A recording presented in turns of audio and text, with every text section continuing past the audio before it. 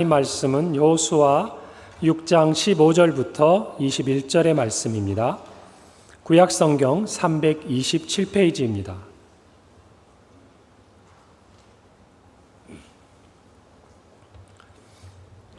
여호수아 6장 15절부터 21절 저와 한 절씩 교독하시고 마지막 절 합독합니다.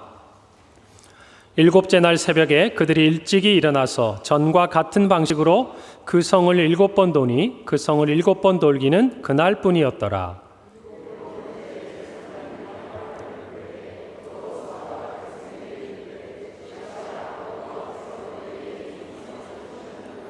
이 성과 그 가운데에 있는 모든 것은 여호와께 온전히 바치되 기생 라합과 그 집에 동거하는 자는 모두 살려주라. 이는 우리가 보낸 사자들을 그가 숨겨주었음이니라.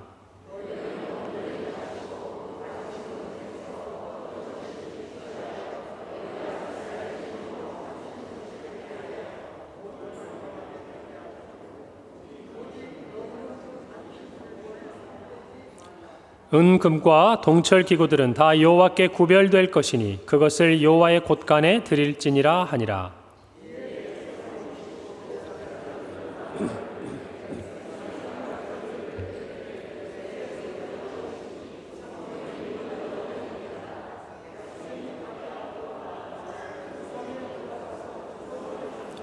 다 함께 읽습니다. 그 성 안에 있는 모든 것을 온전히 바치되 남녀노소와 소와 양과 나귀를 칼날로 멸하니라.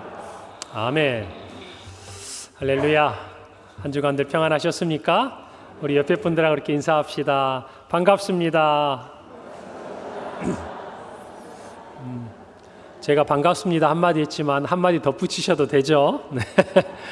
뵙고 싶었습니다. 그래요. 우리가 이렇게 함께 예배할 수 있음이 큰 은혜입니다. 우리 6월은 호국 봉헌의 달이라고 그럽니다. 그래서 6월 6일이 현충일이죠. 우리 나라를 지키기 위해 희생하시고 또 숨져가셨던 많은 애국 선열들 그리고 국군 장병들을 우리가 기억합니다.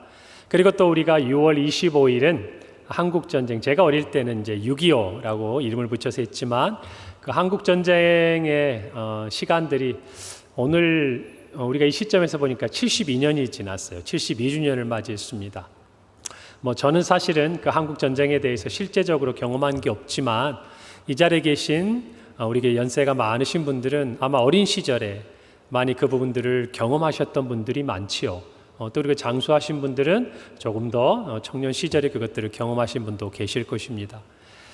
사실 그때 겪은 모든 그 고통과 또 이별과 상처와 그 어려움들을 어떻게 말로 다 하겠습니까? 제가 한국전쟁을 기억하면요 생각나는 거는 그거 같아요. 한번 가만히 생각해 보니까 제가 중학교 시절에 그 한국방송공사 KBS에서 그 이산가족 찾기 방송을 했습니다. 꽤 오랜 시간 했었고 TV를 틀면 항상 나왔던 것 같아요. 몇 달 동안을. 그리고 정말 그 방송국 주변에 수많은 벽보들 그리고 방송국 안에서 그 지방과 또 지방에서 서울과 이렇게 대구 또 광주 부산 흩어져 살던 그 이산가족들이 정말 고향을 묻고 부모님을 묻고 또 자기 몸에 있는 어떤 흉터들을 서로 확인하면서 형제임을 정말 확인한 순간 그 울부짖던 그 시간들이 제 머릿속에 어리지만 참 기억이 나요. 그처럼 전쟁이란 것은 모두에게 큰 고통을 줍니다. 특별히 그 전쟁을 통하여서 정말 패배한 그 국가의 국민들은 말로 다 할 수 없는 어려움을 겪게 되는 걸 봅니다. 오늘날 우리가 또 세계에서 전쟁들이 일어나고 있죠. 내전들처럼 조용한 국가 안에서의 전쟁도 있지만 요즘에 이제 우크라이나에서 벌어지고 있는 러시아와 또 우크라이나 사이의 전쟁들을 보면서 어쩌면 그 전쟁의 아픔을 겪은 분들은 더 간절히 속히 그 땅의 전쟁의 소식이 그치고 평화가 찾아오기를 아마 기도하고 계실 거라고 생각을 합니다. 저와 여러분 모두도 정말 전 세계 우리가 마지막 때가 가까울수록 전쟁과 또 기근과 지진의 소식들이 있다고 했는데 그런 소식들이 들려올 때마다 하나님 앞에 이때를 위하여 기도하는 저희 성도들이 되었으면 참 좋겠습니다. 군사적인 용어로 보자면요, 우리가 전쟁하고 전투하고는 조금 달라요. 전쟁이라 하면 아까 조금 전에 말씀드린 대로 국가 간에 또 국가에 준하는 어떤 큰 규모의 서로 간의 상대가 싸울 때 그걸 전쟁이라고 합니다. 그러니까 제가 한국 전쟁, 그렇지, 한국 전투라고 그러지 않았잖아요. 그죠? 그러나 마찬가지로 이제 전투는 조금 더 그보다 작은 하위 개념인데, 예를 들자면 이제 국가 간의 어떤 싸움이라고 한다면 전투는 뭘까요? 이제 군사적인, 이제 군대 간의 어떤 싸움들, 그 부분에서도 뭐 크고 작은 규모는 있겠지만 전투라고 합니다. 그러니까 우리가 6.25 때 치열했다고 이야기하는 백마고지 전투라고 이야기할 때 그래 전쟁이라고 하지 않죠. 전투라고 이야기를 합니다. 성경에도 많은 전쟁이 있고 전투가 있어요. 근데 전쟁이라고 하면 오늘 이 본문은 우리가 너무나 잘 아는 여리고 성의 전투에 대해서 이야기합니다. 제가 뭐라고 그랬죠? 전쟁이 아니라 전투라고 그랬어요. 좀 더 큰 규모로 보자면은 가나안 정복 전쟁이 있습니다. 이 여리고 성 전투를 시작으로 해서 7년 동안 이스라엘 백성이 약속의 땅에 들어가서 하나님이 약속하신 이 싸움을 합니다. 그래서 가나안 땅 사람들을 다 물리치고 또 종으로 삼고 그들이 약속의 땅의 주인공이 되는 것입니다. 그런데 그 전쟁에 있어서의 첫 번째 전투가 벌어지는 게 오늘 우리가 아는 여호수아 6장 1절, 특별히 오늘 15절부터 21절 말씀은 그 전투의 결말부에 대해서 우리가 이야기를 하고 있는 걸 알 수 있습니다. 우리가 여리고성의 전투는 잘 압니다. 하나님께서 여리고성을 이스라엘 백성들에게 취하도록 하셨습니다. 그런데 그 방법이 아주 독특했습니다. 우리가 생각하는 일반적인 싸움이 아니었어요. 좀 묘합니다. 하나님께서 정말 그 성을 여호수아에게 말씀하셔서 매일 6일 동안 한 바퀴씩 돌게 하십니다. 돌면서 아무 말도 하지 않고 그들의 대열을 이루고 6일을 돈 다음에 마지막 7일째 되는 날 제사장들의 나팔 소리가 들릴 때 모두가 크게 외칩니다. 전 궁금해 죽겠어요. 뭐라고 했을까? 여러분 뭐라고 했을까요? 우리는 할렐루야! 뭐 우와! 했을까요? 무너져라! 그랬을까요?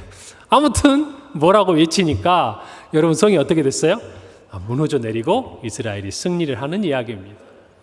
오늘 이 본문의 이야기를 들을 때마다 뭐 어릴 때 저는 주일학교에서 이야기에 대해서 많이 배웠었는데 신대원에 갔을 때 한 수업 시간이 제 마음속에 늘 기억이 나요.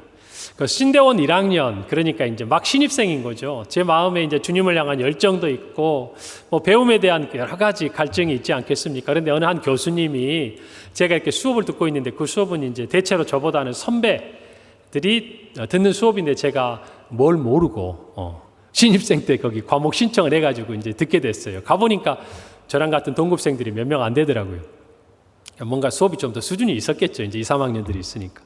근데 그 앞에 있는 전도사님한테 질문을 하시더라고요. 교수님께서. 오늘 이 본문 여호수아에 나타나는 여리고 전투를 이야기하시면서 이렇게 물으셨어요. 전도사님 오늘 또 이 여리고 성이 무너진다고 생각합니까? 당연히 여러분 같으면 뭐라고 대답하시겠어요? 예.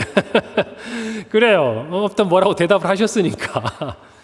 그런데 이 전도사님께서 씩씩하게 여리고성이 무너진다고 믿습니다.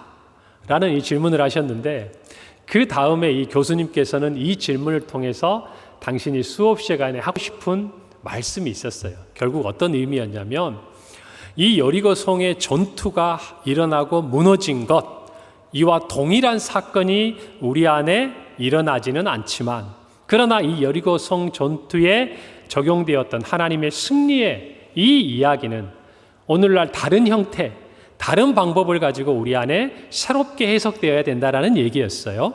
자, 그러면서 예수님께서, 우리 교수님이 예수님 되셨네요. 교수님께서 조금은 도전적인, 조금 자극하는 질문을 하셨는데 제 마음속에 그 이야기를 듣는데요. 조금 이렇게 반발심이 일어났어요. 어떤 마음이 일어났냐면 시대는 아무리 바뀌고 다른 형태로 그것들이 나타난다 하더라도 그거는 이제 제가 나중에 교수님과 한 얘기예요. 그 순간 제 마음속에는 뭐가 가득 차 있었냐면 이런 거였어요. 아니, 오래전에 여리고 성이 하나님의 말씀대로 무너졌으면 오늘 또 그와 같은 성이 우리 눈앞에 있고 하나님이 무너질 것이다가 약속하시면 무너지는 것이 성경이고 믿음이 아닌가. 네, 그 열정이 가득 차가지고 교수님을 찾아갔습니다. 그래가지고 이야기를 했더니 웃으시더라고요. 전도사님의 그 말씀에 자기도 동의한다고 얘기하시면서 그런데 오늘 우리가 이 여리고성 사건을 어떻게 오늘의 신앙 가운데 재해석하고 새롭게 해야 될지 고민해야 될 필요가 있다 얘기하셔서 이제 교수님하고 저하고는 얘기가 잘 됐어요. 그 뒤로도 좋은 관계를 맺고 있습니다. 여러분, 그런데 한 가지 드리고 싶은 얘기는 그거예요. 여러분, 오늘날 여리고성이 있다면, 여러분 앞에 정말 그 철옹성 같은 거대한 성벽이 여러분을 가로막고 있다면, 여러분 그것이 하나님의 말씀에 무너질 것이라고 확신합니까? 대답이 제 마음에 안 들어요. 믿습니까? 그래요. 믿는다면 그에 합당한 열매를 맺기를 바랍니다. 저는 그래요. 우리가 생활하면서 깊은 의미, 뭔가 신앙에 있어서 다른 사람은 잘 알지 못하는 저 깊은 곳에 있는 것을 끄집어내는 것도 우리의 신앙생활에 있어서의 큰 기쁨이 됩니다. 그러나 신앙생활, 특별히 하나님께서 우리에게 말씀해 주신 이 성경은요, 가장 보편적이면서도 가장 간단하면서도 가장 명확하고 분명해서 모든 사람이 깨닫고 믿을 수 있는 하나님의 말씀인 줄로 받으시기 바랍니다. 저는 그래요. 신앙생활 해보니까 남 모르는 것, 아는 것도 힘이 되지만 다 알고 있는 것이 흔들리지 않는 것, 그것이 그래서 실제적으로 우리의 삶에 적용되는 것, 그래서 그것으로 말미암아 우리의 삶에 실제적인 승리를 체험하는 것, 그게 귀하더라고요. 백날 알면 뭐합니까? 남 모르는 것 우리가 이해하면 뭐합니까? 그것을 가지고 승리하지를 못하고 그것을 가지고 살아가지를 못하는데 우리 아는 지식이 어디에 필요하냐 그 말이. 중요한 것은 진리예요. 누구나 변치 않는 것. 오늘날 정말 포스트 모더니즘은 진리, 보편적인 이 가치를 흔들죠. 상대화시켜요. 이것도 진리이고 저것도 진리이고, 그러면서 진리가 진리되지 못하게 하는 이 시대 가운데서 저와 여러분은 분명한 것을 붙드는 은혜가 있기를 바랍니다. 오늘 이 말씀대로 오래전 가나안 땅 첫 전투의 여리고가 하나님께서 승리를 주시고자 하시고 그 승리를 주시는 그 말씀을 믿고 순종한 이스라엘 백성들에 의해서 무너지고 함락되었던 것처럼 저와 여러분, 우리 앞에 놓여져 있는 이 여리고와 같이 우리 힘으로 감당하기 어려운 삶의 문제 앞에서도, 그 거대한 성 앞에서도 우리가 하나님의 말씀을 붙들고 순종할 때 하나님 우리에게 승리를 주시는 분임을 믿으시기를 바랍니다. 하나님께서 이 첫 전투라는 것에 굉장한 의미를 두시는 것 같아요. 제가 보니까. 여러분, 하나님께서 이스라엘 백성들을 출애굽할 때, 광야로 이끄시는 때 이민족과의 첫 전투가 일어납니다. 어느 족속과의 전투였죠? 예, 조금 들리긴 하는데 여러분들께서 잠시 제 눈을 피하는 걸 봤어요. 제가 여기서 본문으로 설교도 했는데 감사합니다. 좀 잊어주시는 게 저한테는 좋아요. 예. 아말렉 족속이었죠. 이스라엘 백성들이 피곤한 틈을 타서 신명기에 보면 이스라엘을 쳤어요. 그럴 때 우리가 잘 아는 대로 출애굽기 17장에 보면 여러분 어떻게 승리합니까? 여호수아가 산 밑에서 아말렉 족속과 열심히 싸우지만 그 싸움의 승패가 어디에서 결정됐나요? 산 위에 올라간 모세가 손을 들고 기도할 때 그 손이 내려오면 전황이 불리해지지만 그 손이 내려오지 않고 올라가 있으면 이스라엘이 이겼어요. 기억나십니까? 그래서 어떻게 합니까? 아론과 훌이 그 손이 내려오지 않도록 붙드니까 이스라엘이 아말렉을 쳐서 이깁니다. 그리고 나서 성경 출애굽기 17장 15절 16절에 모세가 제단을 쌓고 그 이름을 여호와 니시라 하고 말합니다. 뭐라고 말합니까? 여호와께서 맹세하시기를 여호와가 아말렉과 더불어 대대로 싸우리라. 이스라엘이 싸우란 얘기예요? 아니면 하나님께 싸우시겠다는 얘기예요? 하나님이 싸우시겠다는 얘기예요.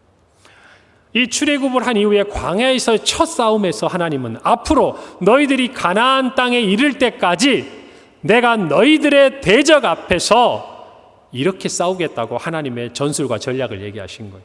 다른 거 없다. 내가 싸우겠다는 거예요.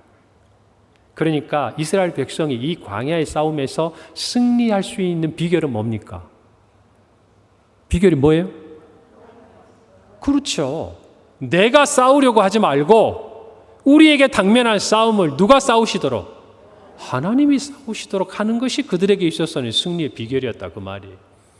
여러분 좀 더 거슬러 올라가 볼까요? 이스라엘 백성들이 출애굽을 합니다. 그들 앞에 홍해가 나타났습니다. 뒤에서는 바로의 군대가 쫓아옵니다. 어떻게 해야 하나요? 그럴 때 모세가 이렇게 이야기합니다. 출애굽기 14장 13절 14절이에요.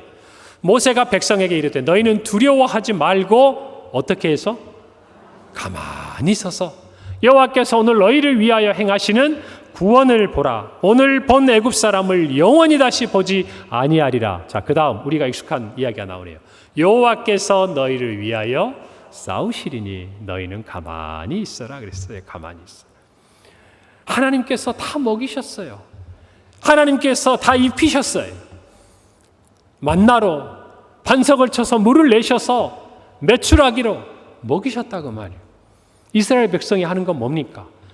가만히 있으면 돼요. 엉뚱한 짓 안 하면 돼요.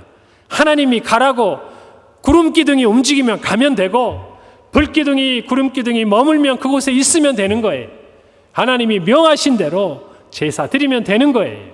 쓸데없이 우상 같은 거 만들지 말고 하나님이 하지 말라고 하는 것 하지 말고 이방의 여인들과 간음하면서 하나님의 진노를 불러일으키지 말고 뭐 하면 승리가 오는 거예요? 뭐 하면 오는 거예요? 가만히 있으면 온다는 말이에요. 누가 싸우시도록? 하나님이 싸우시게 하면 되는 거예요. 그들이 엉뚱한 짓을 하니까 하나님이 싸워주시지 않은 거예요. 싸워주실 수가 없는 거예요. 여러분 그들의 삶을 보면 이 광야에서요 하나님은요 이 첫 전투를 통해서 내가 어떻게 앞으로 너희를 이끌 것인지를 말씀하십니다. 여러분 그런데 이 가나안 정복 전쟁 앞에서 이루어진 첫 전투에서 하나님은 이제 이 7년 동안 너희들이 약속의 땅에 들어갔을 때 어떻게 해야 승리할 것인지를 하나님의 전략과 전술을 이야기하시는데 그게 뭐냐면 이거예요. 한번 따라서 해보십시다. 순종하면 승리하고 불순종하면 패배한다. 자, 이게 하나님의 전략이에요. 너희들이 이 가나안 땅에 들어와서 수많은 전투를 앞에 두고 있는데 이제 7년간 전투를 하게 되는데 너희들이 정말 승리하기 원한다면 재밌게 표현하면 우리 정말 이 광야에서는 그냥 가만히 있으면 돼요. 하나님이 하라는 거 하고 하지 말라는 거 안 하고 엉뚱한 짓 안 하면 되지만 여기서는 조금 다른 의미예요. 하나님 말씀하는 것을 순종하면 승리하고 순종하지 않으면 승리하지 못한다는 것입니다. 여러분 이것은 학습된 거예요. 뭐가 학습됐냐면요. 여기 있는 사람들은 모세와 함께 출애굽한 사람들이 아니라 그 2세대입니다. 출애굽한 그 전 세대는요. 광야에서 하나님께서 40년 동안을 머물게 하는 동안 갈렙과 여호수아 왜 다 하나님 품에 데리고 가셨어요.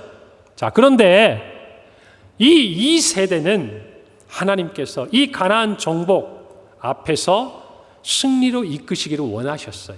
다시 말하면 선조들처럼 실패하기를 원하지 않으셨어요. 선조는 어떻게 실패했습니까? 약속의 땅에 왔습니다. 민수기 13장에 보면 가데스 바네에 왔어요. 그들이 정탐꾼을 보냈습니다. 그들의 정탐꾼의 보고를 듣고 어떻게 됐나요? 그들이 기뻐했습니까? 마음이 무너졌습니까? 마음이 무너졌어요. 뭐 보고요? 그 성에 강대하고 정말 견고하고 그 성읍 사람들이 큰 걸 보고 우리는 지금까지 헛고생했다 생각한 거예요. 하나님 원망한 거예요. 하나님 뭐라고 얘기하셨어요? 취하라고 얘기하셨어요. 여호수아와 갈렙이 뭐라고 그럽니까? 그들은 우리의 밥이다 그랬어요. 메뚜기가 우리가 메뚜기가 아니라 그들이 우리의 밥이다고 이야기했어요. 그런데 순종하지 않았습니다. 이렇게 얘기해 볼 수 있어요. 그들은 제대로 싸워보지도 않았어요. 싸움을 해보지도 않고 패배한 거예요. 그리고 광야의 길을 걸어간 거예요. 하나님은 이스라엘 백성들이 다시 이와 같은 실수를 범하지 않기를 원하셨어요. 여러분 그래서 이 여호수아에 보면요. 하나님은 출애굽 당시에 그들의 선조들에게 했던 똑같은 일들을 이 세대가 경험하게 합니다. 그들이 홍해를 건넌 것처럼 이 후세대는 요단강을 건너갑니다. 여호수아 3장에 나옵니다. 모맥을 거두는 시기에 봄이죠. 이때 정말 요단강에 물이 범람할 때 하나님께서는 그들로 마른 땅을 걷듯이 지나가게 하십니다. 그들이 홍해를 지나갔듯이, 그들의 선조들이 지나갔듯이. 그리고 그들에게 할례를 하게 하십니다. 그리고 5장에 보면 동일하게 그들이 유월절을 지내게 하십니다. 여러분 뭐가 생각납니까?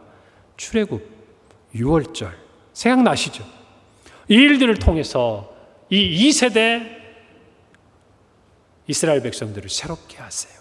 그리고 이 가나안 정복 전쟁의 첫 전투인 여리고 성에서 그들에게 하나님께서 어떻게 이 땅을 주실지 말씀하시는 거예요.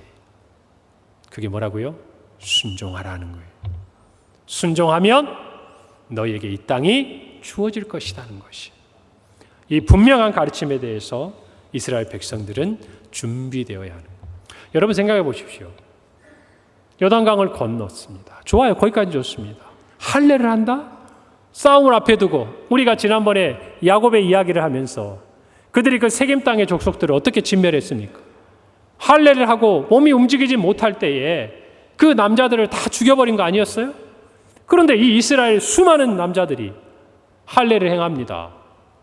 적군에게 만약 그 정보가 들어가면 어떻게 됩니까? 위험한 일이에요. 그런데 하나님은 그걸 시키십니다. 그리고 전쟁을 앞에 두고 잔치를 벌이게 하십니다. 절기를 지내요. 물론 그 잔치는 조금 다른 의미긴 하죠. 유월절을 지내게 하십니다. 싸움을 앞에 둔 그 사람들을 위한 준비라고 하기에는 뭔가 어색하죠. 여러분, 하나님은요, 이 싸움을 이미 결정하셨습니다. 오늘 2절에 뭐라고 이야기를 하고 있는 줄 아세요? 여호수아에게 이렇게 하나님께서 말씀하세요. 여호수아에게 이르시되 보라 내가 여리고와 그 왕과 용사들을 내 손에 넘겨줬다. 그래서 내 손에 넘겨줬다. 이미 하나님에게 있어서는 이 전쟁은 끝난 전쟁이에요. 단지 우리가 그 하나님의 승리를 얻기 위해서 우리에게 요구하셨던 게 뭐라고요? 순종.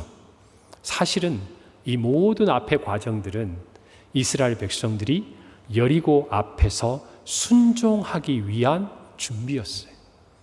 순종하도록 이끄시기 위한 영적인 무장이었다는 것이에요. 왜요? 하나님께서 이 여리고 전투의 성패를 이스라엘 백성의 순종에 두기로, 더 나아가서 이 가나안 정복 전쟁의 성패를 이스라엘 백성의 순종에 두기로 작정하셨다라는 것이. 오늘 저와 여러분에게도 같은 교훈이 있는 것이, 우리는 홍해를 건너듯이 요단강을 건너듯이 예수 그리스도의 십자가의 복음으로 말미암아 사망에서 구원으로 옮긴 자들입니다. 이제 하나님은 우리에게 산지를 주셨어요. 우리의 약속의 땅입니다. 우리에게 정복할 땅을 주셨습니다. 이 땅 가운데서 우리는 하나님의 이름으로 승리할 것입니다. 할렐루야. 이 땅에서 우리는 하나님의 약속을 성취할 겁니다. 할렐루야. 우리는 이 땅에 하나님을 알지 못하는 족속들에게, 하나님에게 정말 이 땅의 모든 통치와 그들을 살리는 생명의 역사가 하나님 손안에 있음을 알릴 것입니다.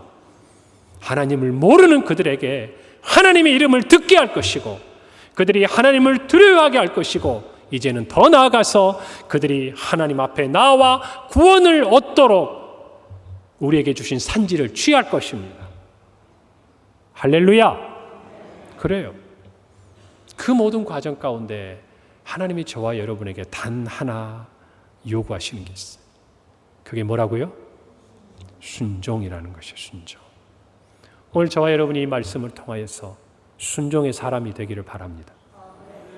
온전한 순종의 사람이 되기를 바랍니다. 그리하여 완전한 승리를 거두는 하나님의 군대가 우리 평강교회가 되기를 바랍니다.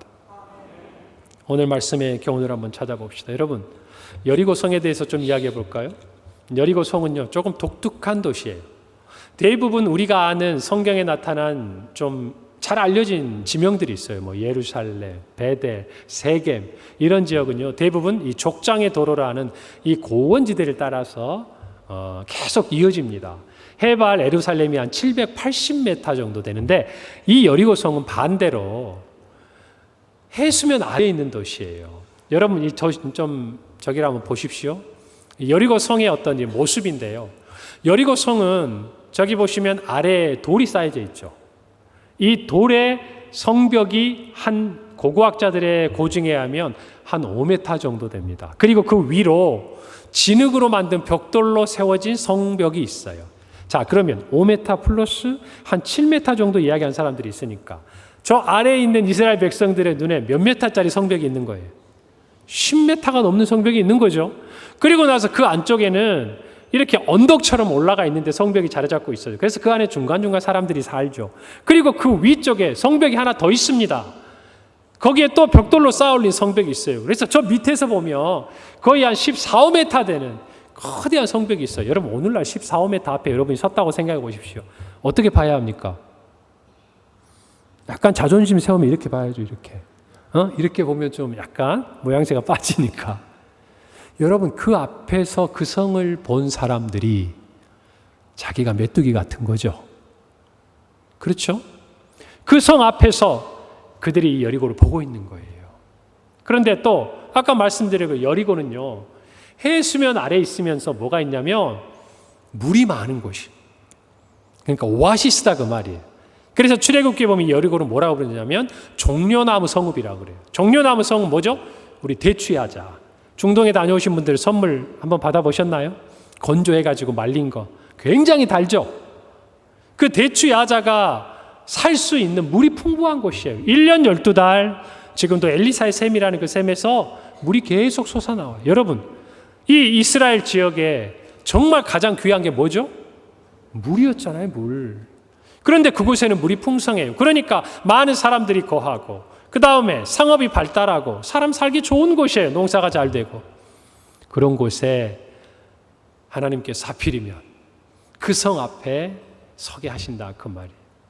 여러분 그 여리고 성이 조금 전에 사진을 보셨지만 결국 하나님 앞에서 또 이스라엘 백성들에 의해서 정복당하고 무너집니다. 그런데 여러분 참 재밌어요. 그 그림 한번 다시 한번 띄워주세요. 그 성벽이 무너지는데 그 높은 성벽을요 어떻게 올라갑니까? 그런데 이 성벽이 무너지는데 여러분 저 그림을 한번 봐보세요. 어떻게 되어 있습니까? 저 위에 있는 벽돌로 쌓은 부분이 밑으로 내리죠. 바깥쪽으로 내리는 게 아니라 어디로 내려요? 성 안쪽이 아니라 성 바깥쪽으로 흘러내립니다.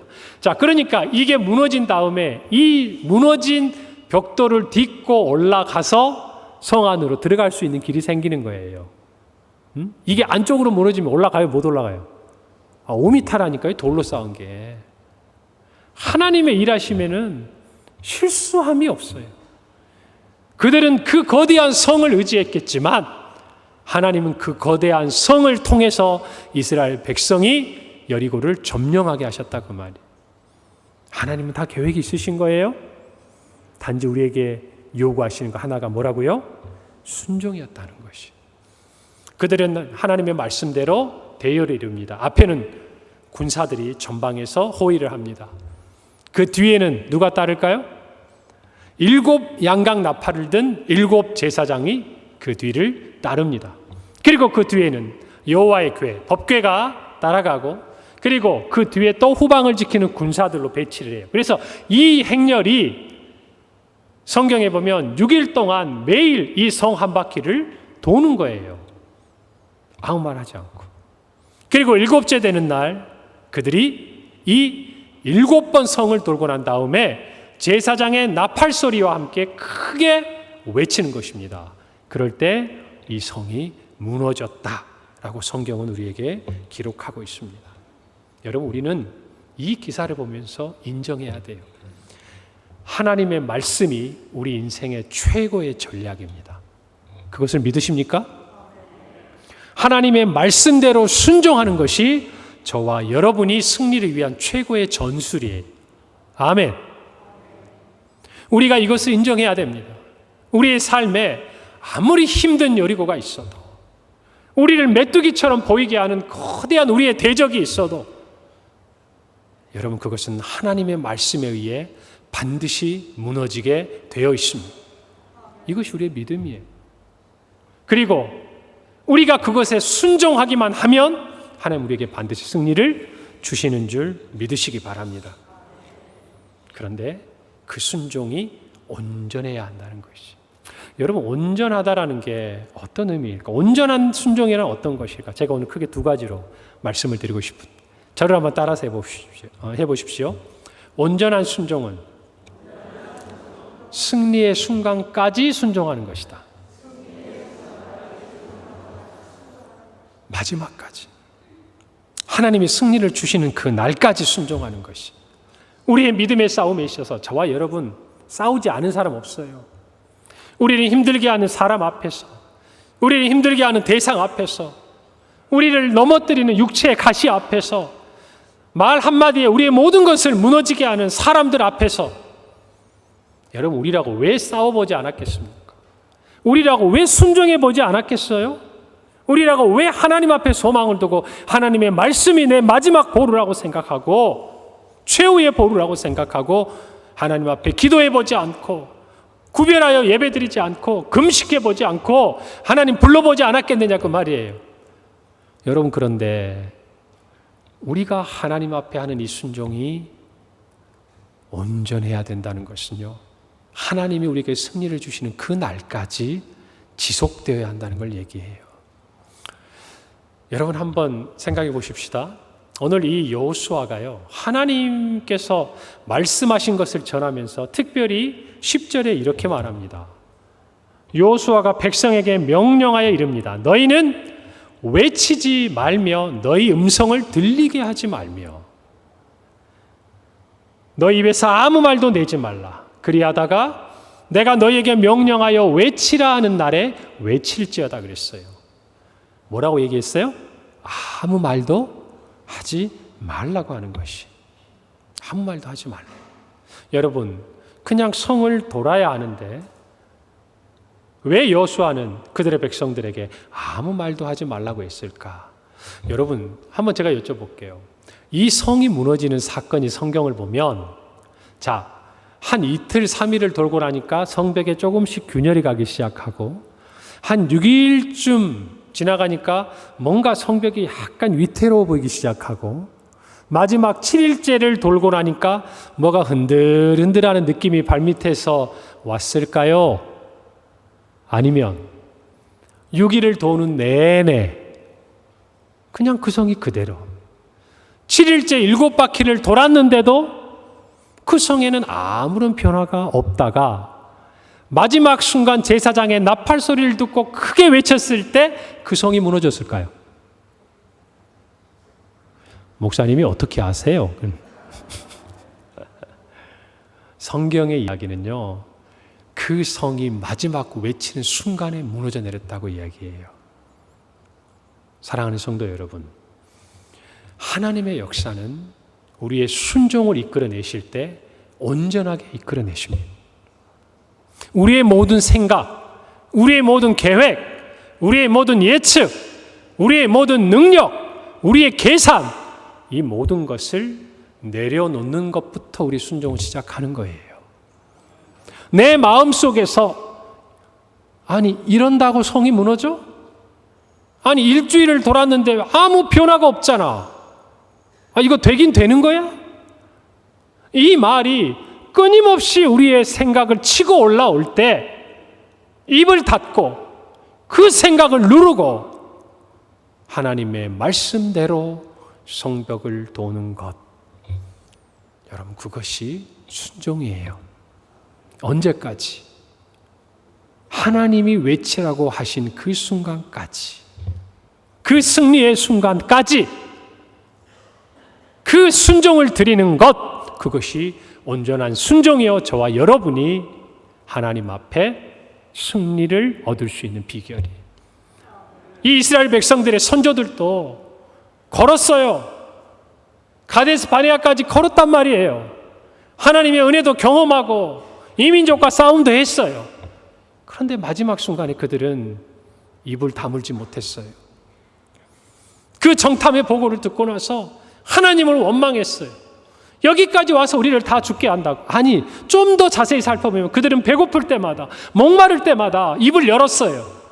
하나님이 이곳 광야에서 우리를 죽이려고 하시는가? 모세를 돌로 쳐 죽이려고도 했어요. 여러분, 온전한 순종은요, 내 입을 닫고 내 생각을 내려놓고 하나님의 말씀대로 따르는 거예요. 따르는 거예요. 저와 여러분이 정말 거대한 여리고성, 우리 힘으로는 무너뜨릴 수 없는 이 성 앞에서 얼마나 기도했습니까? 얼마나 은혜를 하나님께 구했습니까? 새벽을 깨우고 금식하며 하나님 앞에 눈물로 기도했습니까?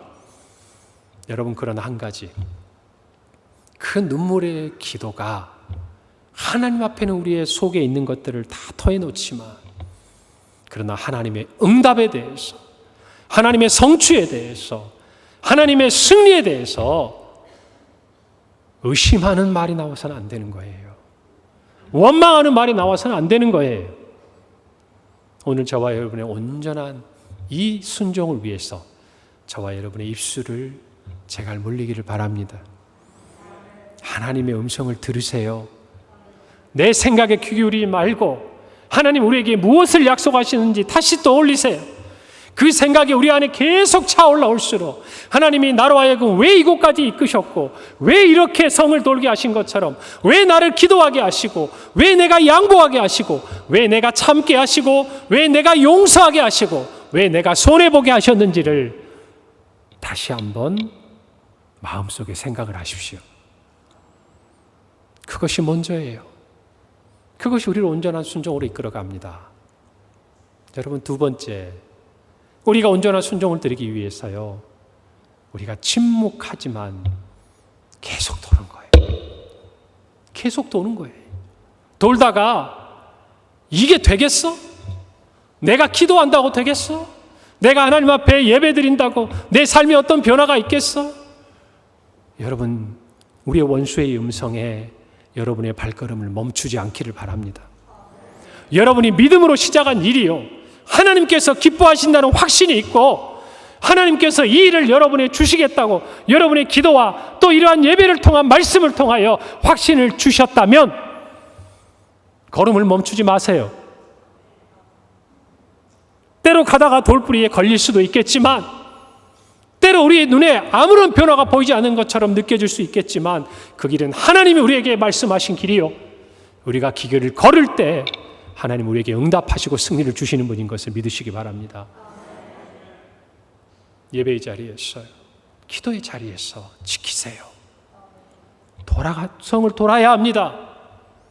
적어도 하나님이 약속하신 7일째 7바퀴 돌 때까지 우리는 그 걸음을 멈춰서는 안 되는 것이,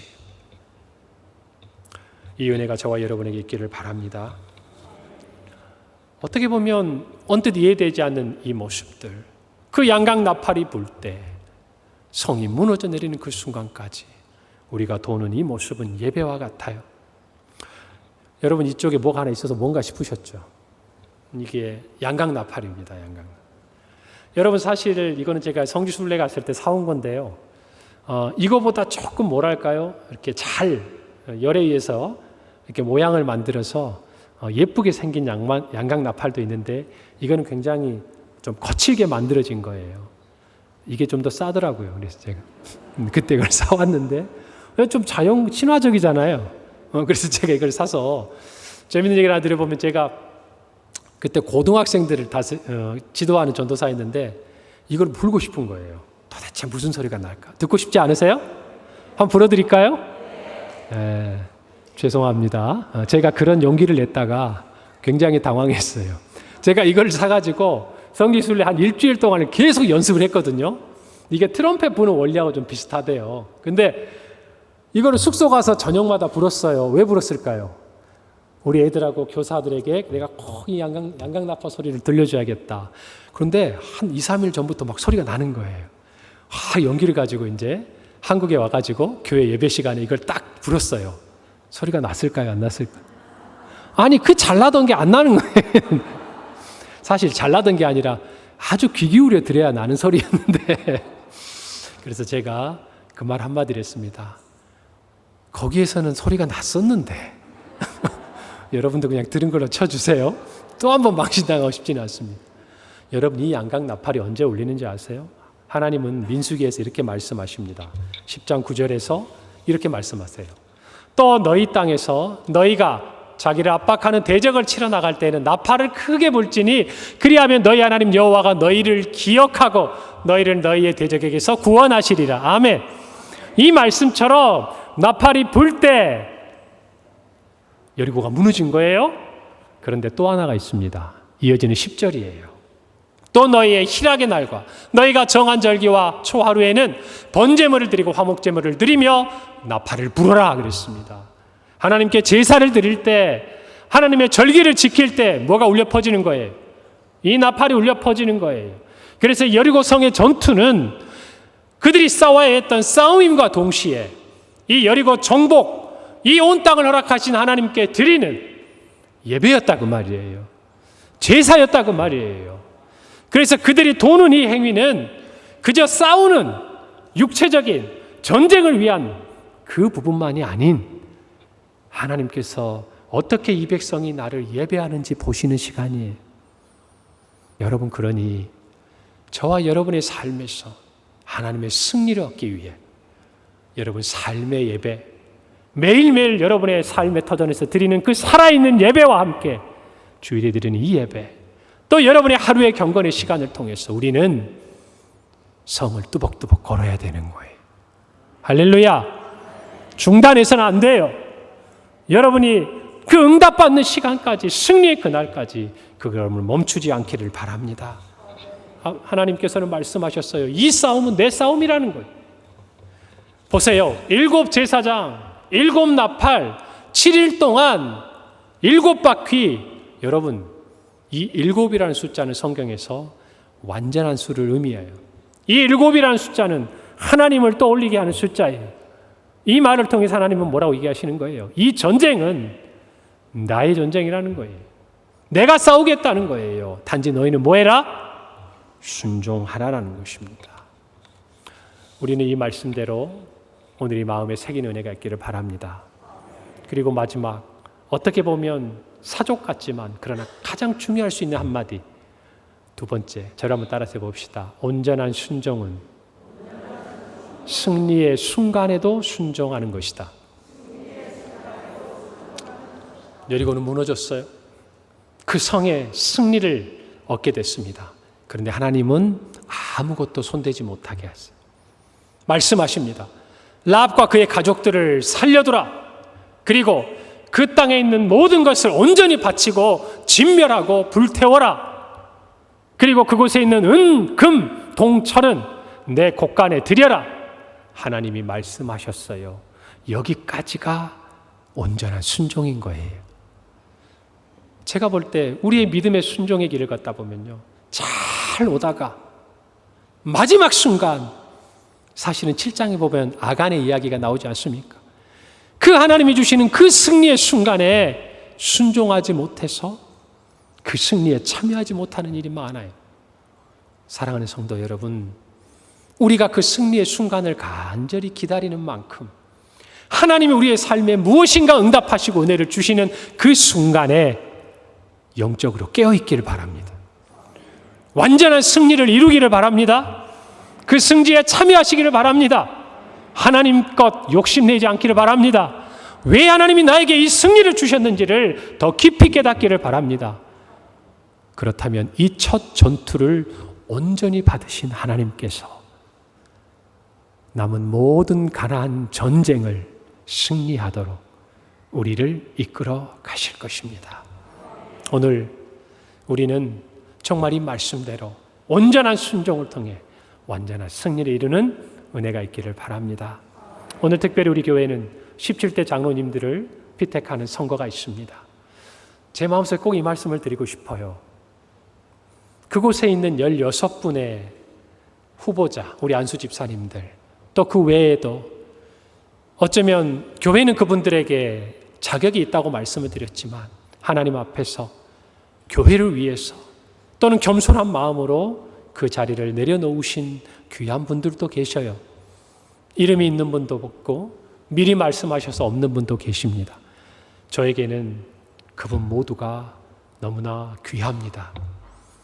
우리가 선출하고 싶은 5분 이전에 그분 한 분 한 분은 우리와 함께 6일 동안 성을 돌았던 분들이고 7일째 7바퀴를 함께 돌았던 분들이고 그 마지막 순간에 함께 외쳤던 분들이고 그 성을 딛고 올라가서 하나님 것을 구별하여 드렸던 분들이에요.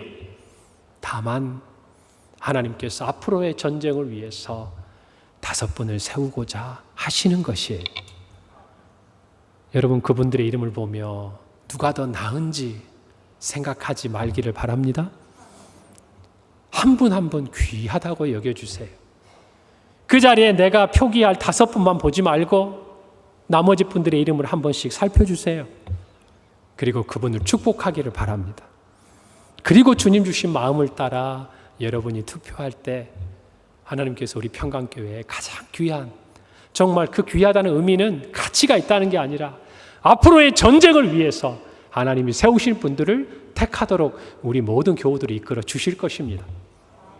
그리고 마지막, 다가오는 주일은 맥주감사 주일이에요. 여러분, 우리에게 승리를 주신 하나님을 감사하며 또 우리에게 승리를 주실 하나님께 감사하며 하나님 앞에 여러분의 감사를 마음껏 드릴 수 있기를 간절히 바랍니다. 함께 기도합시다. 하나님 아버지, 은혜를 감사합니다. 우리에게 승리를 주시는 주님을 찬양합니다.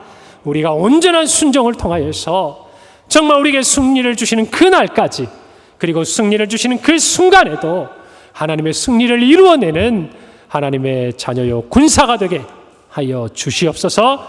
우리 평강교회가 정말 하나님 주시는 이 사명에, 이 영적인 싸움에 승리로 나아가게 하실 줄 믿사옵고 살아계신 예수님의 이름으로 기도하옵나이다. 아멘. 이제 우리 다 함께 자리에서 일어나셔서 찬송가 347장 우리 1절과 4절 함께 부르도록 하겠습니다.